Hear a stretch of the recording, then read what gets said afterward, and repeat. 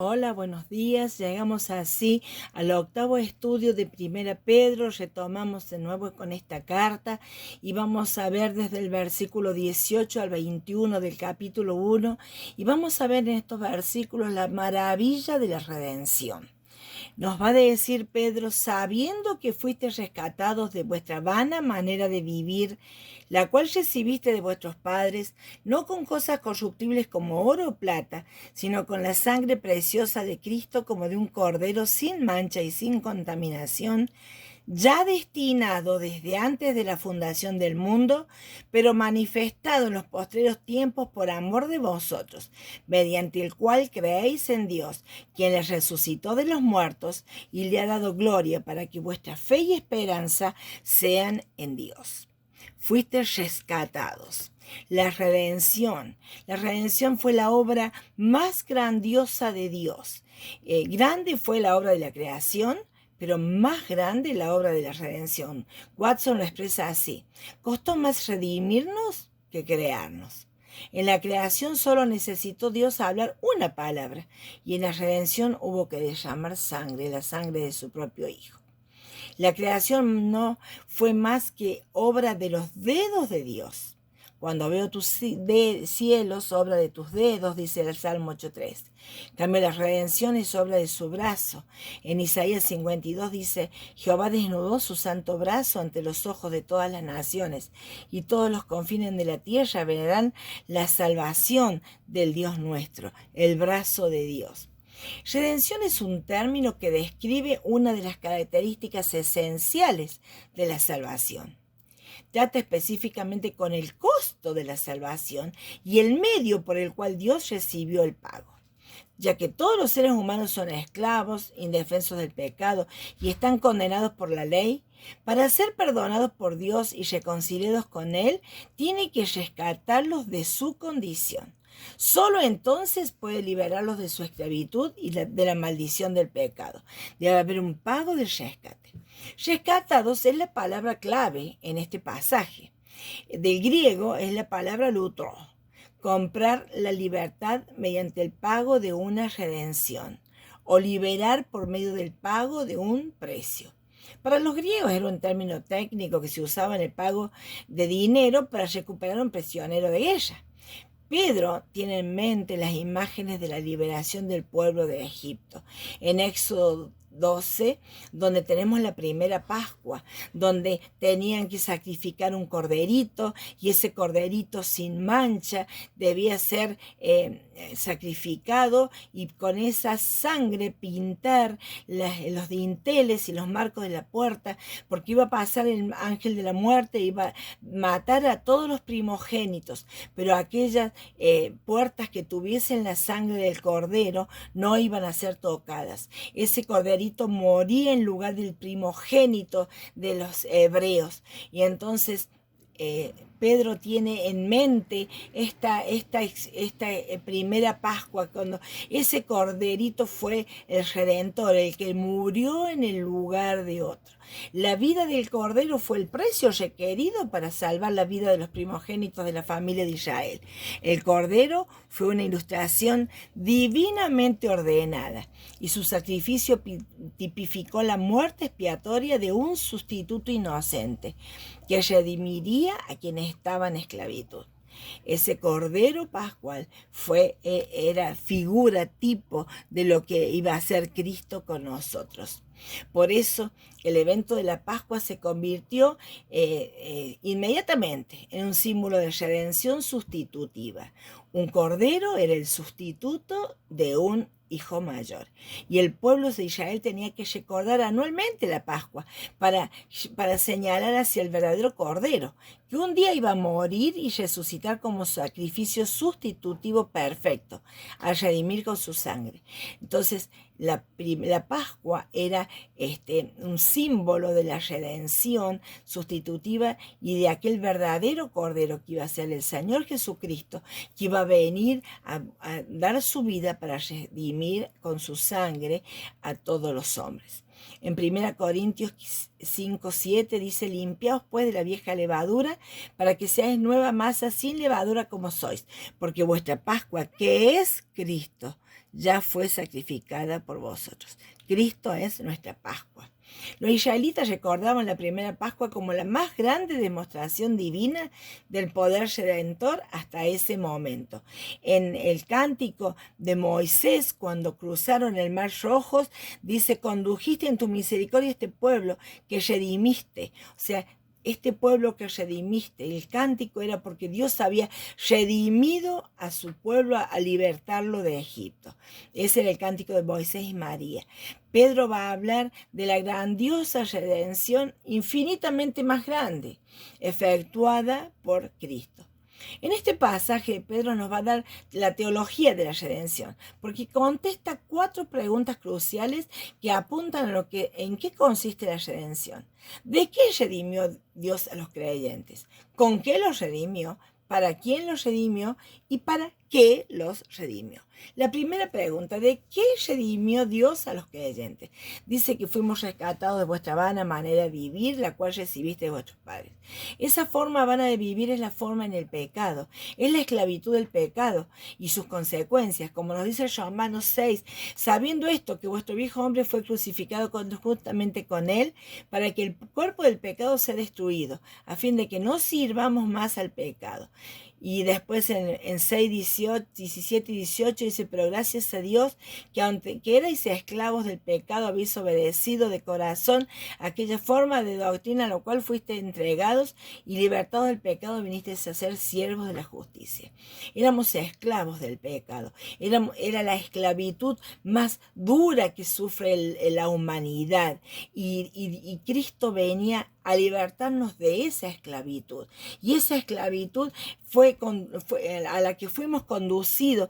¿Por qué? Por algunos aspectos que tenemos que entender. Esos deseos. Los deseos que llevan al pecado. En Pedro mismo, en el capítulo ya hemos visto en el versículo 14, que dice: no se conformen a los deseos que antes tenían estando en vuestra ignorancia. Esos deseos que conducen al pecado. De esos deseos es que el Señor nos quiere redimir. Esos deseos son pasiones irresistibles y dominadoras, que generalmente hacia lo que es malo. En Efesios nos va a decir, en cuanto a la pasada manera de vivir: despojados del viejo hombre que está viciado conforme a esos deseos engañosos. En Tito 3 nos dice: en otro tiempo eras insensatos, rebeldes, extraviados, esclavos de concupiscencia y deleites diversos, viviendo en malicia, envidia, aborrecibles y aborreciéndonos unos a otros. Los deseos llevan a toda clase de pecado. Y en 1 Juan 2:16 dice: lo que hay en el mundo, los deseos de la carne, los deseos de los ojos y la vanagloria de la vida. O sea, la carne controla esos pensamientos y la carne genera esos deseos pecaminosos hacia lo que es malo. Dentro del corazón del hombre se producen aquellas cosas, el pecado, el deseo del pecado, y después se da a luz la muerte. En Génesis 6:5 dice que vio Dios la maldad de los hombres, que era mucha en la tierra, y todo designio de los pensamientos del corazón de ellos era de continuo el mal. El deseo de los pensamientos, los designios, el corazón, eso es lo que maneja la persona. La imaginación pecaminosa, los pensamientos, son estas mentiras, son estas distorsiones acerca de uno mismo, de otras personas, de la realización personal, mentiras acerca de Dios. Y estos deseos pecaminosos invaden la mente, el corazón, y va llevando a toda clase de conductas pecaminosas.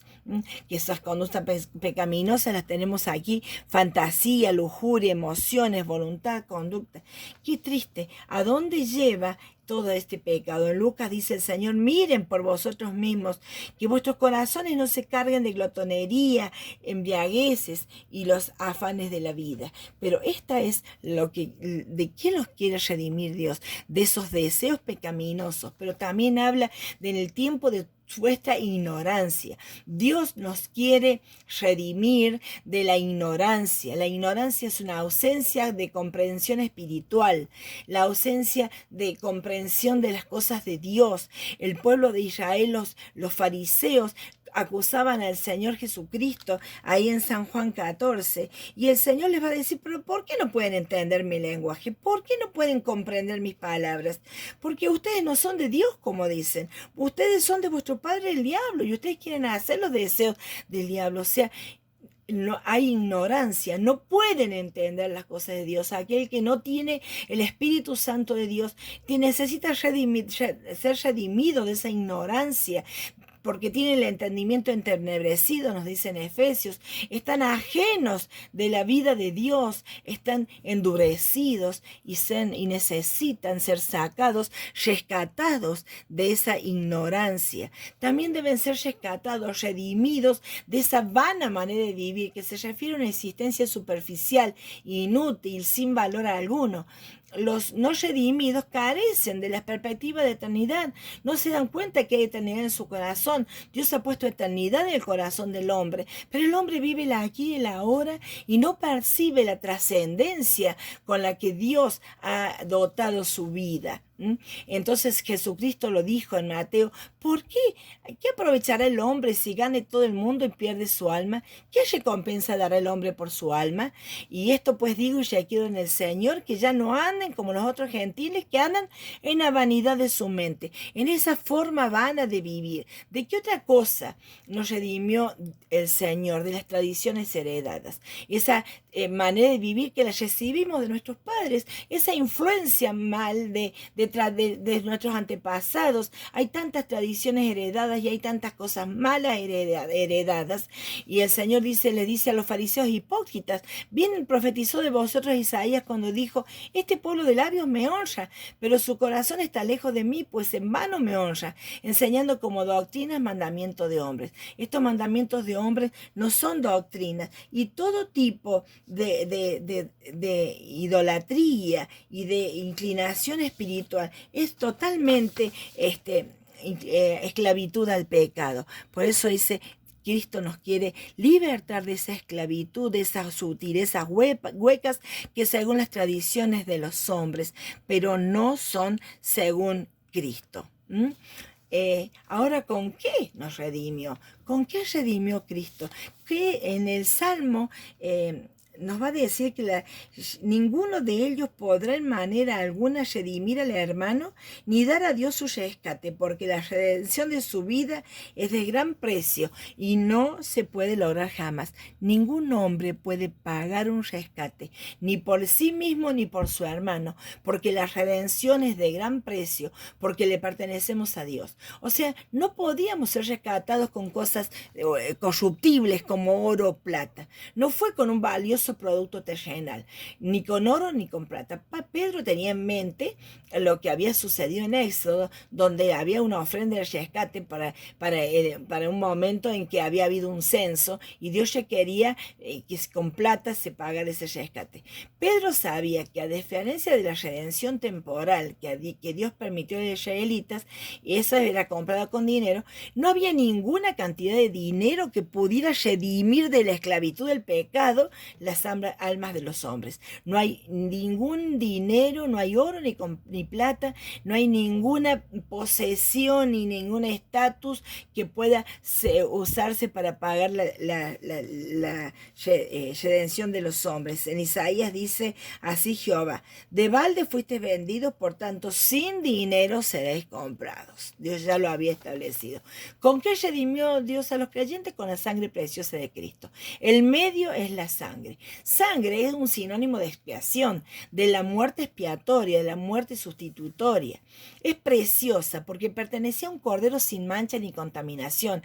Cristo era el puro y perfecto, como Dios requería siempre de un cordero para el sacrificio. Es precioso porque le pertenecía a Dios. No había un cordero más hermoso, más valioso y más perfecto que el Señor Jesucristo. Ningún sacrificio animal pudo rescatar ni quitar el pecado. Dice, si la sangre de los toros y los machos cabríos y las cenizas de las becerras, rociadas de los inmundos, santifican para la purificación de la carne, ¿cuánto más la sangre de Cristo, el cual mediante el Espíritu Eterno se ofreció a sí mismo sin mancha a Dios, limpiará vuestras conciencias de obras muertas para que sirváis al Dios vivo. Cristo, habiendo ofrecido una vez para siempre un solo sacrificio por los pecados, se ha sentado a la diestra de Dios. Cristo es el único sacrificio que puede hacer perfecto para siempre a los santificados. Con la propia sangre de Cristo entró una vez y para siempre y obtuvo eterna redención. Entonces la sangre preciosa de Cristo, como de un cordero, muestra esos sacrificios del Antiguo Testamento, pero los sacrificios del Antiguo Testamento mostraban los efectos del pecado y eran un tipo, un sustituto, que hablaban de un sustituto final que iba a tomar el lugar del pecador. Ese sustituto iba a ser Cristo, iba a ser el sacrificio de Cristo. Jesús fue absoluta y perfectamente sin mancha ni contaminación, como dice en 2 Corintios 5:21. Dice que él, al que no conoció pecado, por nosotros lo hizo pecado, para que nosotros fuésemos hechos justicia de Dios en él. En este versículo tenemos la doctrina de la imputación. Imputación es un recuento legal. Imputar una culpa a alguien es asignar culpabilidad en la cuenta de esa persona. Del mismo modo, imputar justicia es contar a la persona como justa. Es una realidad objetiva en un sentido legal. La culpa de los pecadores fue imputada a Cristo y aplicó sobre él el castigo pleno por el pecado. ¿Qué quiere decir esto? Mi pecado fue imputado sobre Cristo, la culpa de mi pecado fue puesta en la cuenta de Cristo y la justicia perfecta de Cristo fue puesta en mi cuenta. Esta es la doctrina de la imputación. Jesús hizo una perfecta redención al dar su vida por cada uno de nosotros. Dice en Isaías: ciertamente Él llevó nuestras enfermedades, sufrió nuestros dolores, y nosotros le tuvimos por azotado, por herido de Dios y abatido. Mas el herido fue por nuestras rebeliones, molido por nuestros pecados. El castigo de nuestra paz fue sobre Él, y por su llaga fuimos nosotros curados. Dios derramó toda la furia de su ira contra Cristo, que estaba cargando nuestro pecado. Y Cristo fue impecable para poder servir como un sustituto perfecto. Ahora, todo pecado es una violación a la ley santa de Dios, una deuda contraída contra Dios, porque es a Dios a quien hay que pagarle el precio, porque solo el acreedor, que es Dios, puede determinar los términos del rescate de la redención. El precio no fue pagado a Satanás. Todo pecado es contra Dios, y el precio que Él requirió como pago fue la vida de su propio Hijo. Todo pecado es una deuda contra Dios, y era a Dios a quien había que pagarle el rescate. El precio fue dado a Dios. Y nos dice en Gálatas esto para que nos quede claro. Cuando vino el cumplimiento del tiempo, Dios envió a su Hijo, nacido de mujer y nacido bajo la ley, para que redimiese a los que estaban bajo la ley, a fin de que recibiésemos la adopción de hijos. Dios envió a su Hijo para que cumpla esta tarea de redimir, de dar su vida en rescate. Ese es el precio que Él, a quien habíamos ofendido, puso para rescatar a los hombres, para redimir a los hombres. Cuando hablamos de la sangre de Cristo, hablamos de la totalidad de su muerte redentora, no del fluido de su cuerpo. El término sangre se menciona muchas veces más que la cruz, pero es el término principal que usa el Nuevo Testamento para referirse a la expiación, a la obra de redención, a la sangre que debía ser derramada para limpieza de pecados. En Hebreos 9:22 dice: sin derramamiento de sangre no se hace remisión. Fue necesario el derramamiento de sangre, y Dios determinó que la crucifixión sea el medio ordenado por Dios mismo para el cual Cristo debía morir. La sangre de Cristo fue literal y violentamente derramada en la crucifixión. Jesús sangró y murió en sentido completo y literal. Dios entregó su vida, derramó su vida y resucitó. El elemento crítico en la salvación es la muerte expiatoria de Cristo en beneficio de los pecadores, como dicen Romanos. Cristo murió por los pecadores, su vida derramada en sacrificio. O sea, cuando hablamos de la sangre, hablamos de la vida de Cristo derramada en sacrificio, puesta en ese sacrificio, sustituyendo nuestra vida a nosotros mismos en lugar nuestro y también cubriéndonos con su justicia cuando nosotros nos amparamos en su gracia. Pero Juan nos va a decir que nadie le quitó la vida a Dios, a Cristo, él mismo la puso. O sea que no está diciendo que Cristo se desangró, Cristo puso su vida y cuando él decidió, él entregó su vida para salvación. En realidad no hay nada místico en esta sangre derramada. Esa sangre es la obra de redentora de Cristo. ¿Por medio de quién? De un cordero que ya estaba destinado antes de la fundación del mundo. Este cordero es un cordero singular, es un cordero precioso, porque es un cordero predestinado. Esta palabra, proegnos menou, es habiendo estado preparado. Indica con claridad que Dios planificó enviar a su Hijo como el Redentor encarnado antes de la fundación del mundo. Dios no reaccionó en la caída con una solución de última hora. Él lo tenía preparado antes de la creación del mundo. Cuando Pérez Millo dice, antes de Dios decir sea la luz, dijo sea la cruz. Dios tenía ya un cordero preparado para redimir a la humanidad. Dios sabía que el hombre iba a caer cuando lo creó y Dios ya tenía planificada su redención. Y aún los judíos sabían esto, porque cuando Cristo estaba en la cruz, dice, ¿a otro salvo? Si es el escogido de Dios, el Cristo, que se salve a sí mismo. O sea, ellos sabían que el Mesías venía a redimir y a salvar a toda la humanidad. ¿Por medio de quién? De ese cordero precioso, singular, que se manifestó. Cuando hablamos de la palabra manifestado, es la palabra panerotentos, o sea, dejar algo en claro, manifiesto. Y esto se manifestó cuando Cristo se vuelve humano. Aquel verbo fue hecho carne y habitó entre nosotros y vimos su gloria, gloria como del unigénito Hijo lleno de gracia y de verdad. Aquel verbo fue hecho carne. En ese momento Cristo se manifestó, dejó clara su presencia como ese Cordero de Dios para quitar el pecado del mundo.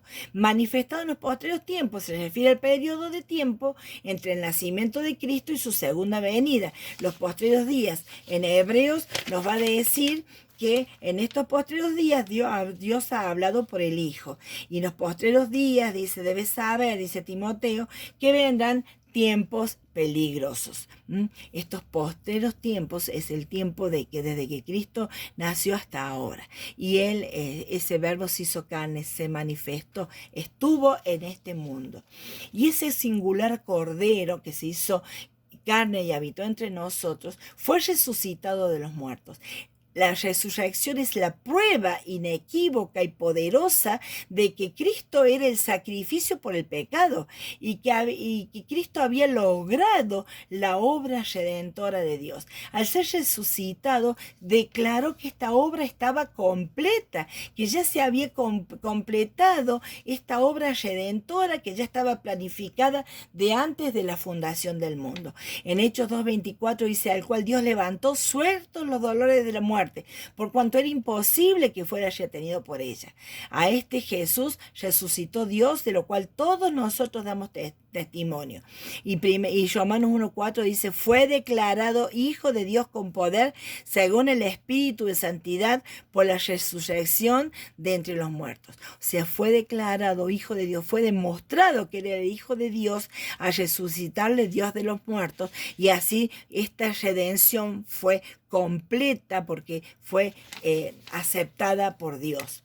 Ahora este Cordero singular ahora Dios le ha dado gloria. Y esta frase señala la ascensión de Cristo cuando regresó a su gloria, de que había disfrutado con el Padre desde toda la eternidad. En la oración intercesora el Señor dice: Padre, quiero que estos que estén conmigo en mi gloria, esa gloria que tuve contigo desde antes de la fundación del mundo, esa gloria que Cristo quiere compartir con aquellos que sean los redimidos, los que han sido rescatados de todas estas cosas que hemos visto con su sangre preciosa. Ahora dice que Dios le ha dado gloria. Él ascendió al cielo, como lo vemos en Hechos 1, y en Hebreos 2 nos dice: vemos a aquel que fue hecho poco menor que los ángeles, a Jesús, coronado de gloria y de honra a causa del padecimiento de la muerte, para que por la gracia de Dios gustase la muerte por todos. Ahora, ¿para qué redimió Dios a los creyentes? Él lo hizo por amor de vosotros, mediante el cual creéis en Dios, para que vuestra fe y esperanza sean en Dios. La obra redentora de Cristo es por amor de todos los redimidos. Dios lo hizo por amor. Dios se entregó a su Hijo por amor. Cristo se entregó a sí mismo por amor. La redención es únicamente mediante Jesús. Es el único medio para ser restaurados a una relación con Dios. Es la obra de Cristo. No existe otra manera de llegar a Dios. En Timoteo dice: hay un solo Dios y un solo mediador entre Dios y los hombres, Jesucristo hombre, el cual se dio a sí mismo en rescate por todos, de lo cual se dio testimonio a su debido tiempo. San Juan 14:6 dice: Señor, yo soy el camino, la verdad y la vida. Un camino exclusivo, la exclusividad del Evangelio como única forma de redención. Hay un solo mediador. Cristo es el medio para poder acercar a las personas a Dios. La redención de Jesucristo es la única forma en que los hombres pueden reconciliarse con Dios. Las personas no pueden creer en Dios aparte de reconocer la muerte, la resurrección y el señorío soberano de su Hijo. Dice: mediante el cual creéis en Dios. No solo es el camino para ser salvos, sino también es el poder para creer el Evangelio. Cristo es el medio para que a través del Espíritu Santo podamos entender este camino y podamos tener ser salvados por Él mismo. Entonces, en esta voluntad del que me ha enviado, dice San Juan, todo aquel que ve al Hijo y cree en Él, tenga vida eterna y yo les resucite en el día postrero. ¿Para qué nos redimió Dios? Me dice: para que hay una doble y definitiva bendición de la redención, para que vuestra fe y esperanza sean en Dios. Fe y esperanza. La fe permite a los creyentes confiar en que Dios les provee gracia necesaria en medio de las circunstancias de la vida, en luchas, ansiedades. Dice el Señor que confiemos en el Señor perpetuamente, porque en el Señor está la fortaleza. Entonces debemos confiar, y la fe es confianza total en Dios. Y la esperanza permite creer en la gracia futura, que habrá de revelarse para los creyentes cuando estemos en gloria. Y terminamos con este texto: más nuestra ciudadanía está en los cielos, de donde también esperamos al Salvador, al Señor Jesucristo, el cual transformará el cuerpo de la humillación nuestra para que sea semejante al cuerpo de la gloria suya, por el poder con el cual puede también sujetar a sí mismo todas las cosas. Y entonces nuestra fe y esperanza sean en Dios, para que podamos confiar plenamente en Dios, ese Dios que pagó un rescate con el precio más alto, la vida de su Hijo, fue el precio de nuestra redención, para que podamos confiar en ese Dios y tengamos una esperanza segura, como hemos visto en los versículos anteriores. Gracias, Señor, te damos por tu amor, por tu misericordia y por tu gracia. Gracias por ese Cordero perfecto, precioso, entregado por nosotros para ser salvos. Gracias por que tú, Señor, nos redimiste con un precio tan alto, Dios. Gracias te damos porque nos has valorado tanto. No merecíamos nada y tú pagaste el más alto precio, el precio de la vida de tu Hijo. Cristo Dios se entregó por nosotros y nosotras en esta hora nos postramos ante ti. Te damos a ti la gloria, te bendecimos, Señor, y queremos vivir con esta fe y esperanza puestas en ti. En el nombre del Señor Jesucristo. Amén.